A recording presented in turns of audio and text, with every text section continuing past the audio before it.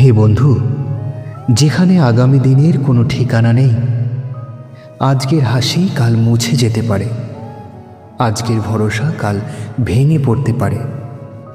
মানুষ ভাবে পরিকল্পনা করলে সব কিছু নিরাপদ, কিন্তু জীবন চলে তার নিজের নিয়মে। এই জীবন হলো অনিশ্চিত, কখনো দেয় অপ্রত্যাশিত আনন্দ, আর কখনো ফেলে গভীর অস্থিরতায়। অনিশ্চয়তা ভয় জাগায়, আবার এই ভয় মানুষকে শেখায় এগিয়ে চলতে। কারণ সব কিছু নিশ্চিত হলে জীবন থেমে যেত, অনিশ্চয়তা তাকে ঠেলে দেয় এক নতুন পথে।